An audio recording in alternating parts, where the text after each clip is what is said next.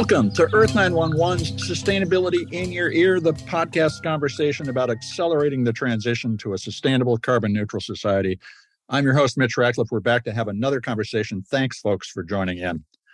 Today's electricity infrastructure is increasingly a relic built for an era of centralized power generation, when coal, gas, hydroelectric dams, and nuclear plants created massive amounts of power in one location for distribution across thousands of square miles. That design approach doesn't fit the era of solar, wind, and other renewable energy generation. These systems generate electricity hyperlocally, often for one building or for a neighborhood at a time.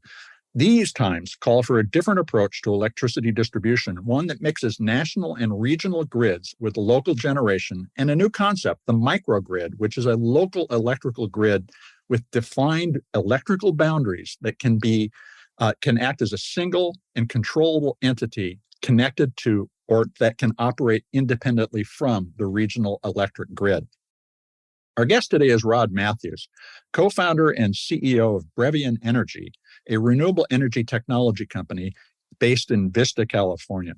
Brevian focuses on designing and installing microgrids for business. In recent interviews, we've talked with several solar panel and film providers who suggest that buildings will soon be energy independent and that they may be microgrids unto themselves. So we wanted to find out more. We could conceivably be in an electricity glut as generation is embedded into our built environment, our vehicles, even the appliances and gadgets that lie around our offices and homes. As the nature and placement of electric generation continues to evolve, it will be important to understand the role that microgrids play in power distribution and economics. You can learn more about Brevian Energy at brevianenergy.com. That's all one word. Brevian is spelled B-R-E-V-I-A-N, brevianenergy.com. Welcome to the show, Rod. How you doing today? I am wonderful, sir. Thank you very much. How are you? I am doing well, and thank you so much for spending time with us. I wanted to start off by asking, how does somebody come to focus on microgrids as the focus of their career? What got you to start Brevian? Well, just a brief history. I started out as an IT consultant, primarily. I have an electronics background from the Navy. I spent 9 years in the Navy. And in IT, I kind of evolved my career to start dealing with like data centers and how they try to address their carbon footprint, how they try to save on their electricity. And I became introduced to microgrids at that particular time. And I was amazed because I'm a firm believer that people need power at nighttime as well. So solar is just an incomplete solution, I thought. So I thought that the addition of batteries or other generation assets that can work in conjunction with solar to give a 24/7 power profile. And we focused on doing that with renewable type technologies.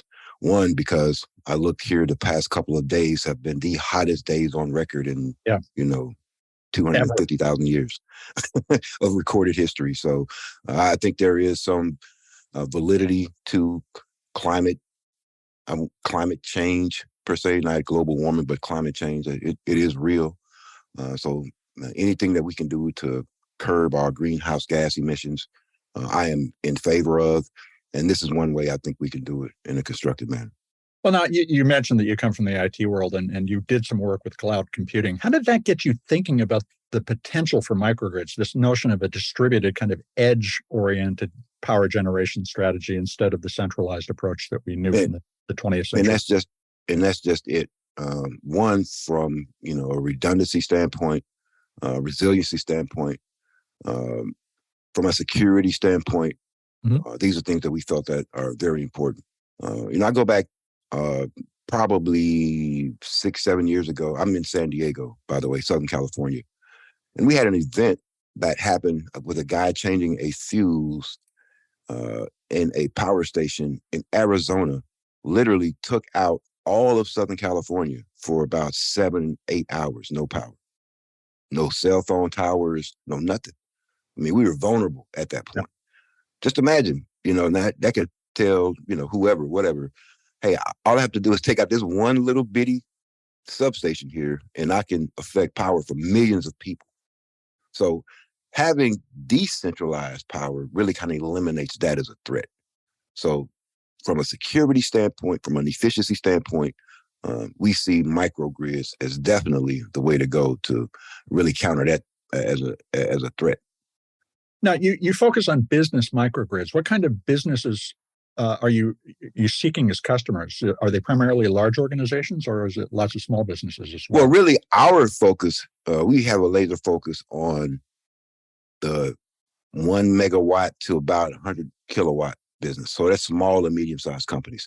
You see a lot of focus on the residential side, which, in most cases, it's under like 20, 30 kilowatts. Right. And a lot of focus on the utility scale projects, the multi-megawatt projects to power, municipalities and cities. Our core focus, and I kind of took this from my IT background as well, was focusing on that small and medium-sized customer who we felt was underserved. They're getting, their rates are the highest, a small manufacturing company, companies with in between 200, to, maybe 55, 60 employees that are consuming, starting out at about, like I said, about 100, 150 kilowatts of demand up to about a megawatt. We can serve them easily because, rooftops can sustain that in most cases. We don't have to look for a lot of land. We can, easily integrate batteries into it. Mm-hmm. So things like that have really been our focus. But just recently, we started to focus on some more community-based projects as well.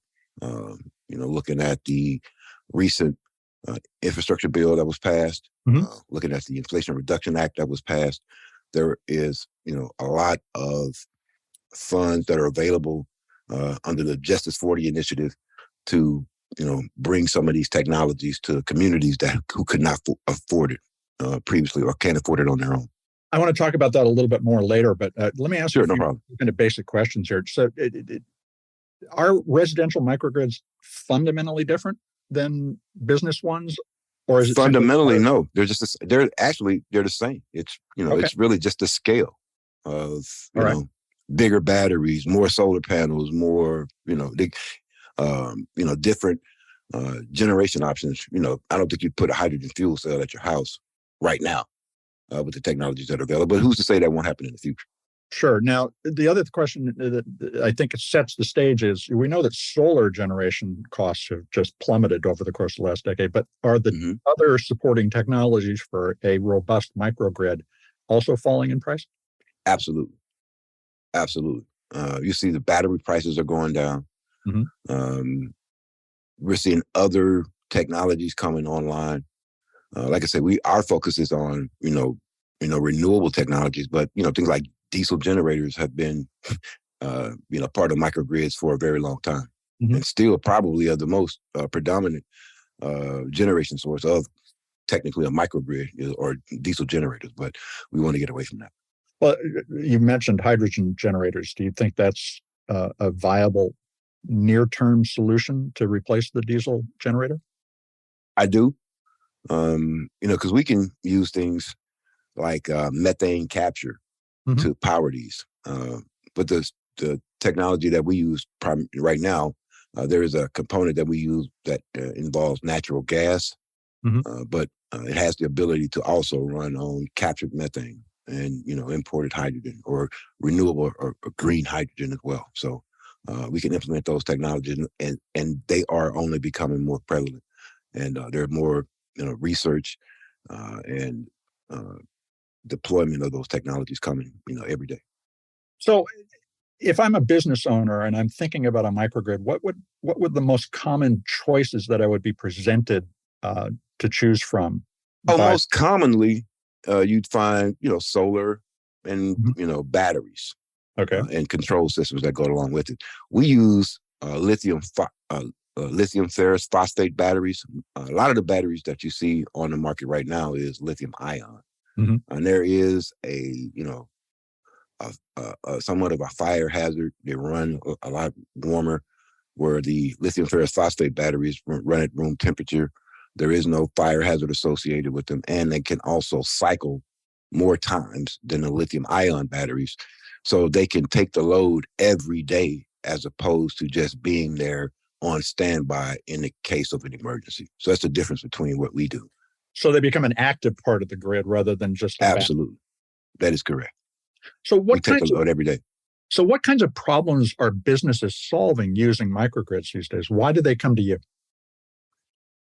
Here in California, we can say, they have altruistic reasons. They want to save the planet and all that. But realistically speaking, here in San Diego, primarily, we pay the highest electricity costs in the entire United States. Mm-hmm. So when they come to us, they're looking to save money, number one, first and foremost.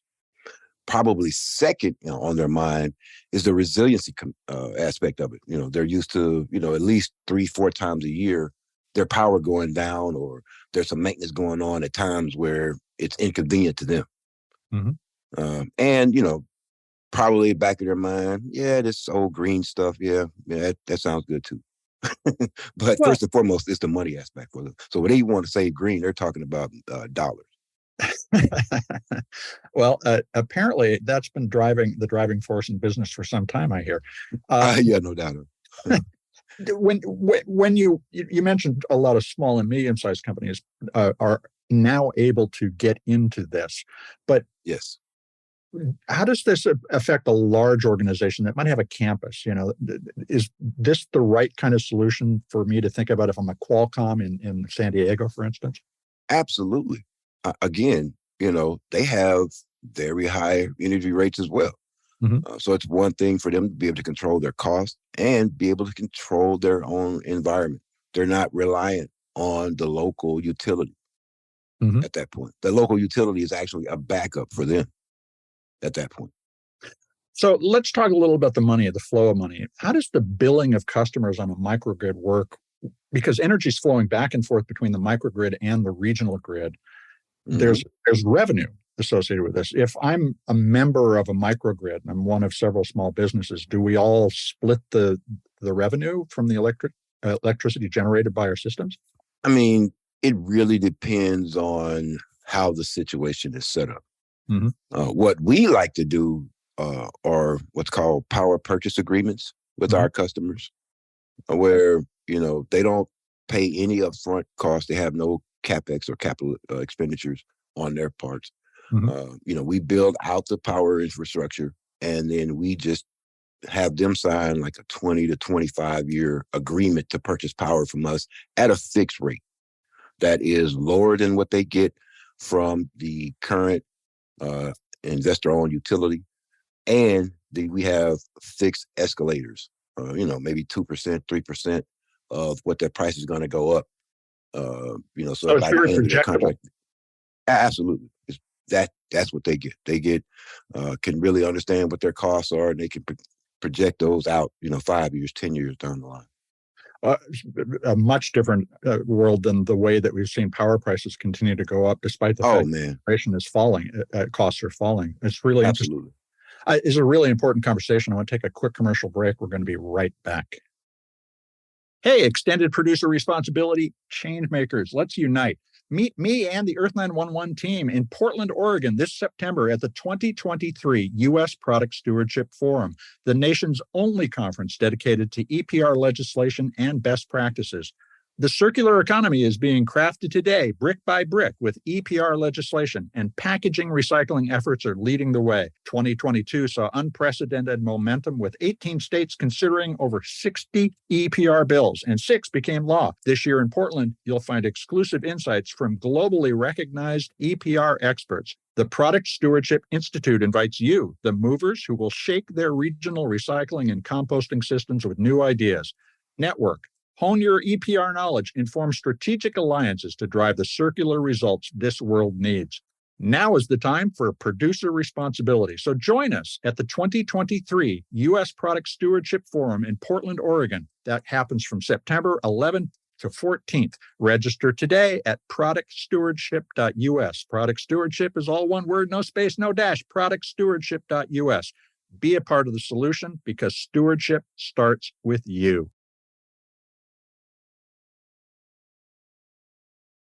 Now back to the conversation with Rod Matthews, co-founder and CEO of Brevian Energy, which specializes in deploying microgrid technology.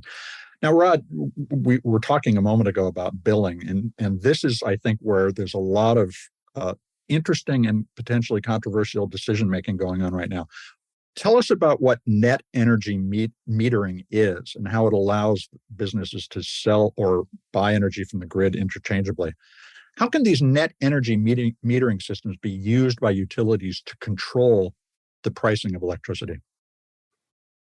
Well, just to go back, give really an overview of what net energy metering is if you have a power generation asset, primarily you're looking at like solar. Yeah. You can sell the power that you're not consuming at the time. You can sell that back to the energy grid. Under net metering 2.0, you were selling it back at about 85% of what the actual retail pricing was. Okay, so the utility got a built-in discount. They got a discount, but you also got, 85% of that, not too bad as a credit. They didn't actually give you money, but they actually gave you what credits off of your utility bill. So they didn't give you a check at the end of the day. You didn't get that. Now, they were doing that as an incentive, primarily, to get more people to, deploy solar. We'll give you some credits for the stuff, at home most of the time during the daytime. You can make a little money off of that. So your solar can kind of pay for itself. That was the incentive. But now California, because, we were the first state to really adopt solar en masse, we overproduce now during the daytime to the point that we have to actually pay Arizona to take our excess energy off of the grid in order to keep the grid leveled out. And then they sell it back to us at night. So there's a couple of questions that fall out from what you just said. The first is, it sounds like storing it in a battery is a better use than giving it to Arizona at a loss. That was going to be my point, was particularly now that they've changed the regulations from 2.0 to 3.0 to where it's almost a reverse, where you got like 85%. Now you're getting like 15% of what the costs are going to be. So now, instead of worried about trying to sell that, you're much better off banking that energy, that excess energy, to be utilized at a time that the costs are greater. Particularly here, we have what's called time of use. Right. So we have 3 different rates. And it's actually 6 different rates, because those rates vary between summer and winter. So there's a off-peak, which is like 7 a.m. to 3:59 p.m. There's a peak between 4 p.m. and 8:59 a.m. p.m. And then there's a super off-peak from 9 in the morning till 6:59 a.m. Now, the peak time is when the solar, if you do have solar, is either not producing or, barely producing. So at that time, if you're just have solar alone, you'll be pulling from the grid. And during peak times, power is, at 55, 60 cents per kilowatt hour can be. I've even heard of, 70 cents, depending on where you are. And that's the time where everybody's home, everybody's watching TV, you're cooking, you're cleaning, you're doing laundry. And, that's when you're paying your highest. And that's when your solar is not producing, so it's not helping you at all. So you're pulling that from the grid. But if you bank that energy, and not only just banked it, but had a way to utilize it every day when the solar stops producing, so you're now drawing that when you're doing your laundry and watching TV and all that, you're pulling that power from your battery. You're not paying that 55 cents per kilowatt hour. So how does net metering 3.0, the California standard, change the economic benefits of going solar in the state? Is this an indication sort of that the window of opportunity for big solar savings is closing? No, it for selling back to the grid is closing. Okay. But to what we call peak shaving or rate arbitrage is where you can instead of paying those exorbitant rates in the evening, you can, instead of selling that power back as a credit, you can store that and use it with a system that can shift your power. So you don't have to pay those is rates. now offset. The savings on your generation is absolutely now contributing. Particularly with the prices, they've increased like 40% over the past 2 years. So does that make it the payback time longer for a project in general? I mean, No. It shortens the payback time. Shortens the payback. Okay. All right. So there's absolutely, particularly with the incentives. I mean, we haven't even talked about all of the incentives. Next question is, what kinds of incentives are available to encourage a business to embrace a microgrid today? So at the federal level, there are, like the Inflation Reduction Act, which gives a base 30% investment tax credit to your project. Mm-hmm. Now, there are other factors depending on your location. If you're in an area that's lower to middle income, you can get another 10 to 20% of the incentives for those projects. That's just at the federal level. Mm-hmm. At the state level, particularly here in California, we have what's called a self-generation incentive program that can provide additional, savings for you in the form of tax credits at the state level. Mm-hmm. Then there are accounting methods that can be taken where you can completely depreciate the project over 5 years. What's called a modified accelerated cost reduction system, or MACRS reduction. And then there are local incentives, by the local utilities to include things like batteries, where like 30% of those are paid for. So you can see up to 60 to 70% of these projects can be paid for using public money that's available. And what was included in the in the Inflation Reduction Act was the ability to sell these tax credits for cash. That has really poured fuel on the fire, in my opinion, to make these projects viable and make them go.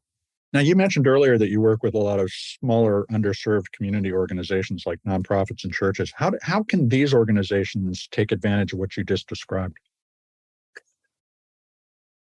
By, again, we save to them, every dollar you can save goes into your programs and your charities and, for the people that you really set these up for. So number one, we can save them a lot of money. We can give them that resiliency so they can be in whatever community they're in. They can be like, the lighthouse for the community, in effect. In fact, to your point earlier about blackouts and so forth, in a heat event, they could bank enough energy to provide a cooling station to the neighborhood too. There's a lot of ways that power can be used for the benefit. That's why I say we want them to be the lighthouse of the neighborhood in their community. So they're the beacon. If something happens, they know they can always go to that. That's one place they can always go for power, for cooling, for whatever, because they're going to always be up. Now, you mentioned earlier that power purchase agreements, PPAs, are an important financing mechanism. You basically get the microgrid financed in exchange for future savings. Correct. How does that change in the net metering 3.0 world, where you're getting so much less? Is there a difference in the structure of power purchase agreements as a result of the difference in the way that energy is sold back to the grid? Well, that factors in when you're looking at financing, whoever the financing body is for this particular project. That was always factored in of, okay, we could overproduce by this much and we can bank on selling this to the grid, back to the grid. That's just a factor that you don't really consider as much, anymore, because it's not as profitable as it used to be. But still, those cost avoidances for the end users is more valuable to them. So there's, value that, you can increase, margins from that side of the project now to make up for what you lost of what you could sell back to the grid. And are there additional sources of funding for nonprofits and churches that can be that lighthouse? Absolutely. There's a project, there's a program here in San Diego. Well, it's based out of San Diego, but it's a national program called Solar Moonshot, where they give $25,000 grants to these nonprofit organizations to help them go solar or with a microgrid. That's great. It's good to know. Now, you must look at the grid, the regional grid that you have to integrate your microgrids into, and think, wow, they could fix this or that. What are the key investments that you think we need to be making in the grid itself in order to support the distributed power generation? Transmission. Okay. Between these grids, right? So, the grids, they are kind of like silos almost, and they're connected together through these, long, extensive 125, 200-mile, transmission line systems. We need more of them. We also need FERC, which is the Energy Regulatory Commission, to do something about speeding up the time it takes to get a connection, right? So locally, a lot of projects now are being held up because it can take up to 4 years to get connected to the grid. Why is that? That's a great question. There's no physical reason that I can think of. Is there a... Again, regulatory. That is a great question of why is that? We're asking the same question, like FERC, why is that? Why is it taking 4 years for these projects to happen? The good thing about working with the LMI, the low to medium income projects that we talked about earlier, is they get like priority in the queue. So some of these social projects get head of the line privileges per se. So instead of waiting 4 years, they can be 9 months, which is why I think microgrids have an advantage, because you can supply your own power until the grid comes for a connection. We don't even really care. You come whenever you come. So until then, we can generate our own power, so we don't even have to worry about that. So a grassroots approach is perfectly viable, even though the national grid isn't up to the absolutely. And we're seeing, we're looking at a project, right now, with a multi-family situation where they're in a new area, and again, they're going to have that long delay of getting connectivity. So if we can provide them power until then, until they get that connectivity, and then the connectivity will simply just be a backup for them, that they're connected to the grid, but they really still will be only utilizing their own power. I think it'd be the best situation for them. Now, as you think about the role that utilities are going to play in the future, they've been the anchor of our electric grid, but they may not be the right form of governance or structure, financial structure for the microgrid world. What happens to them as you continue to introduce more microgrids within their service area? I mean, ultimately, the money that's spent, the biggest expense for the utilities is the generation of electricity, right? They've already, in most cases, ran all of the, the lines, so their distribution costs aren't, really going up, because that's the cost that they've already paid. So their focus really, I think, moving forward is going to be on these transmissions between all of these different localities. I think that's going to be their core focus, because we are going to see a shift to a more decentralized generation system. I think you're going to see much more local generation. And I think that's really going to be the key. Does that radically change the financial structure of a utilities model? I mean, are we talking about something that is going to literally... all of them are governed. Is it something that... Sorry. All of the public utilities are governed by the Public Utilities Commission of whatever state they're in, right? So, and the way their rates are structured is by their costs, and they have a built-in profit margin. Well, do you think that the states will protect the utilities business model because of their incumbency and their obvious political power? In some ways, yes. But in California, there is a big move to go with these CCEs, or community choice aggregators, or community choice energy, where the municipalities are coming together and they are becoming effectively the utility company. Interesting. There's a big move here to do that. So in fact, here in San Diego, we have two of them and looking to form a third. We have the San Diego Community Power and the Clean Energy Alliance, which is a coalition of, I think, 5 cities apiece in both of those organizations, where the citizens, you have to opt out and, of being a part of this co-op. If you want to just go back, directly dealing with the utilities. But effectively, they all have mandates to, have, 75% renewable power by a certain date and 100% by a certain date. And it really kind of saves the end users about, 3 to 5% overall. But the biggest thing for them is their mandate on how much renewables they want into their mixture. So it puts them in control of their destiny. If it doesn't save them a great deal of money, they still that is correct. Choose what's going to happen to their community. Absolutely. But we've been really kind of on them to really kind of focus on generation. Right now, they just go to the wholesale markets and purchase at wholesale prices for the end users. But we want them to focus more. And I think their attention has been shifting more to local generation, doing power purchase agreements with, organizations like ours to supply that power, renewable power for them. To distribute to their client, to the end user. Well, so they need to be thinking about the economics of the investments they're making in microgrid technology. So if our listeners are thinking about using a microgrid for their business, what are the 3 or 4 questions you recommend that they ask a potential contractor before they make a decision about how to move forward?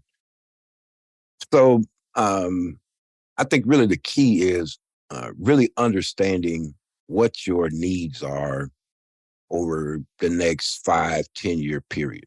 I think that's really essential.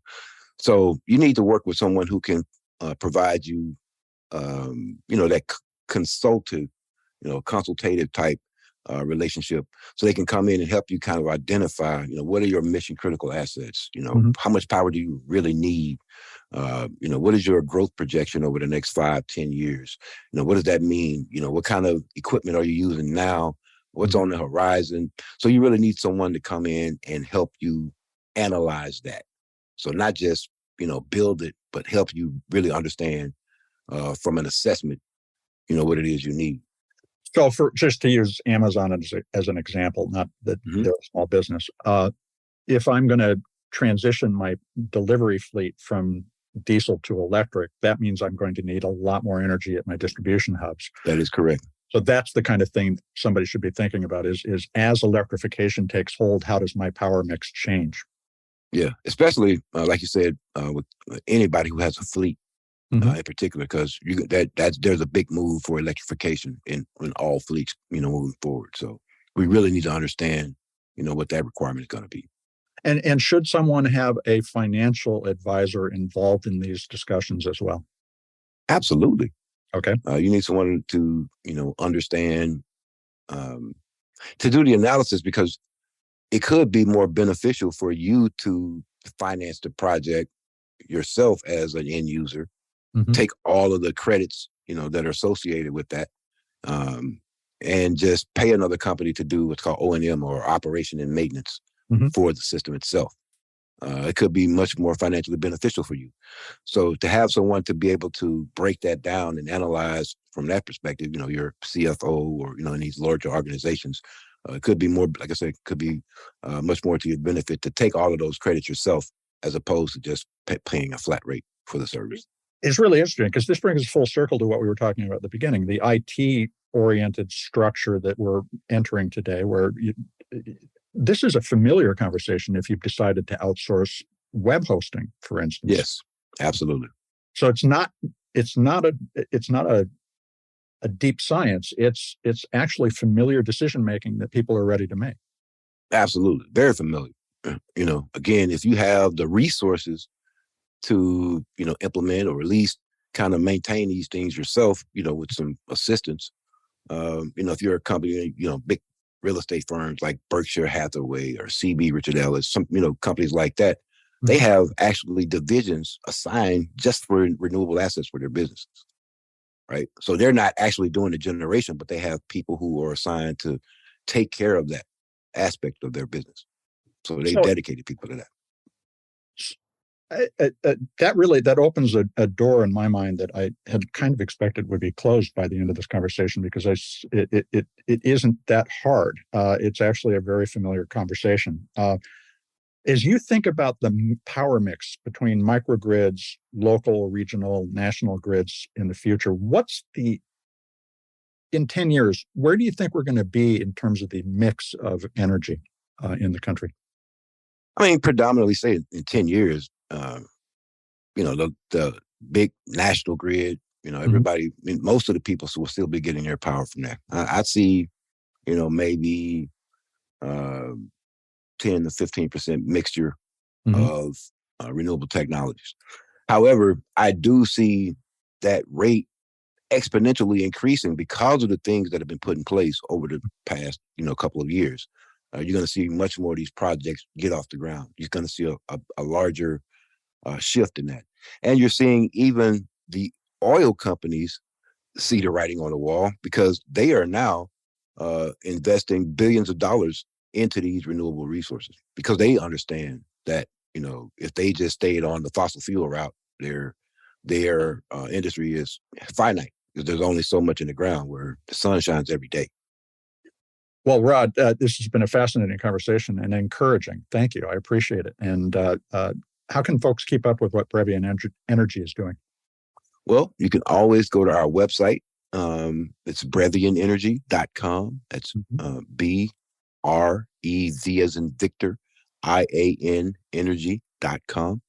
You can check us there. If you want to get in touch with us, you can always, email us from any of our members of our sales team at sales@brevianenergy.com, or you can look us up on, social media, LinkedIn primarily, Brevian Energy on LinkedIn. Well, great, Rod. Thank you so much for spending time with us today. It's my pleasure, Mitch. I really appreciate it. And I really enjoyed the conversation. That was my conversation with Brevian Energy co-founder and CEO Rod Matthews. And you can learn more about microgrids and Brevian Energy's installation services at brevianenergy.com. All one word, no space, no dash, brevianenergy.com. Whether and how technology will help or hurt the environment remains very much an open debate. The mining and manufacturing of computers, batteries, solar panels, all of these can certainly be destructive, but these processes can and do become more efficient all the time. So we're making progress. We just have to choose how to move forward. And the real choice is how to apply technology appropriately. And as we heard, the electricity grid is following the path blazed by the internet toward a distributed and more resilient infrastructure. Just as the net was engineered to survive a nuclear war, the power grid can be re-engineered to provide reliable power in an era when 6 and 7 hour blackouts due to a single fuse failing in another state, or because extreme heat causes a utility to turn off transmission lines, have become, if not common, unfortunately increasingly familiar inconveniences for many people. A microgrid can be as small as a single business or home and offers a different relationship with electricity, freeing the owner from the arbitrary price increases imposed by remote electricity generation providers. Using solar, wind, and battery technology, we can grow a fossil fuel-free grid from the bottom up, 1, 2, and 10 microgrids at a time. This will disrupt the utility business much more than Rod acknowledged, as evidenced by the reports that utilities are increasingly using ratepayer fees to lobby for, wait for it, higher ratepayer electricity charges. In other words, they're taking your money to lobby to charge you more. That feels all too inevitably ironic in this day and age. But the reality is that business, that flow of money that Rod and I were talking about, is the driving force in many of these decisions. We'll continue to follow the evolution of the grid and its implications for your pocketbook. I hope you'll take a moment to share this podcast or any of the other interviews we produced on sustainability in your ear with your friends, family, or coworkers. Please take a moment to write a review on your favorite podcast platform to help your neighbors find us. Folks, you are the amplifiers that spread more ideas so we can create less waste. Please tell everyone that they can find us on Apple Podcasts, Spotify, iHeartRadio, Audible, or any of the other fine purveyors of podcast goodness they prefer. Thank you, folks, for your support. I'm Mitch Ratcliffe. This is Earth911, and we will be back with another innovator interview soon. In the meantime, take care of yourself, take care of one another, and let's all take care of this beautiful planet of ours. Have a green day.